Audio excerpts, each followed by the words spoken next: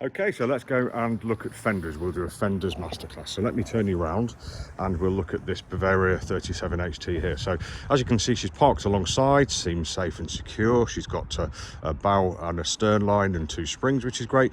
But she's held away from the pontoon by a bunch of fenders on the starboard side, as you can see. Now we've got 1, 2, 3, 4, 5, 6 of them. We've got 2 different shapes. So we have teardrops and long fenders, and they seem to be doing a good job of keeping her away from the pontoon in these benign conditions. But ideally what we're looking for are lots of lovely fenders, equi-spaced and at the right height. So let's go and have a little quick look and see if that's what we've got. Well, first of all, we can see that they're not equi-spaced, so they're all kind of gathered up the front. So what I want to do is spread the load that's likely to sit on these fenders. So let's move this one a little bit aft. So there we go. So let's move that way. And if we come to this one here, we've got a bunch of fenders all sitting together here. So we'll move this one aft and move the front one forward slightly.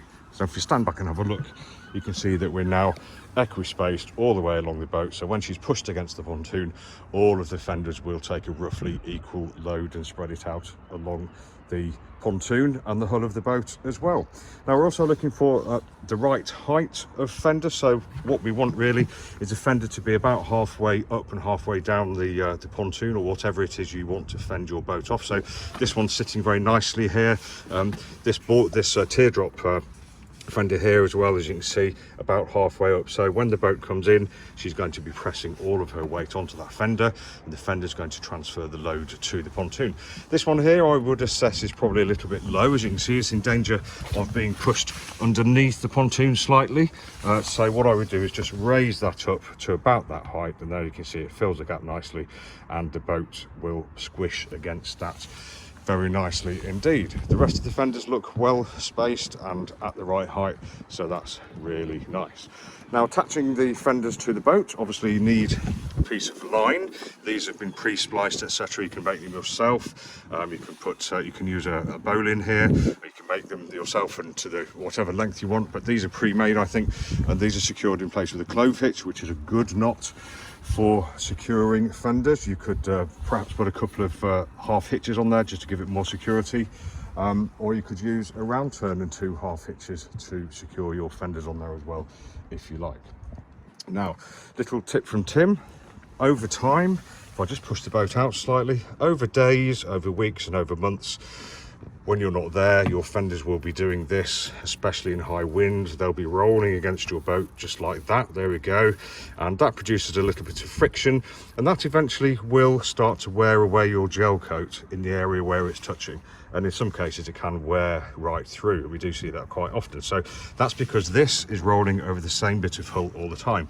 And in this particular case, we've got a hull that's wrapped with vinyl. This is really susceptible to fender roll, and that can wear away or pull off and really look quite poor quite quickly. So if you just move your fender regularly, just move it left an inch or right an inch, and over time still try to maintain the equi-spacing of the fenders, but just moving it a little bit will mean that your fender will roll in a very slightly different area and wear it more evenly down the side of the boat. So when it comes to polishing time at the end of the year, then all you need to do is polish the boat generally, but maybe that's for another day.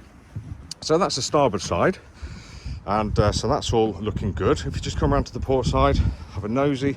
Now, this isn't a side with a pontoon, so there's no pontoon to protect the boat from, but there is a neighbouring boat, so we want to prevent them from coming into contact. So as you can see, this very nice and careful owner has put some fenders along the port side there, and they're raised up to the height, funnily enough, to where the gunnel of the neighbouring boat is. So should this boat break free, or should this boat break free, or anything untoward happen, then contact will be prevented between the boats by these higher fenders here.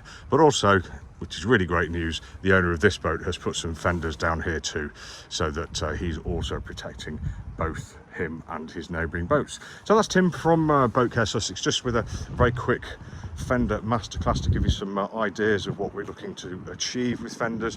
1 or 2 little tips. We're always here for advice, so if you want to talk or if you want us to help you out, just give us a shout at boatcaresussex.co.uk, or you can contact us at 079 22540 or boatcaresussex@gmail.com. Thanks for watching and look after those fenders.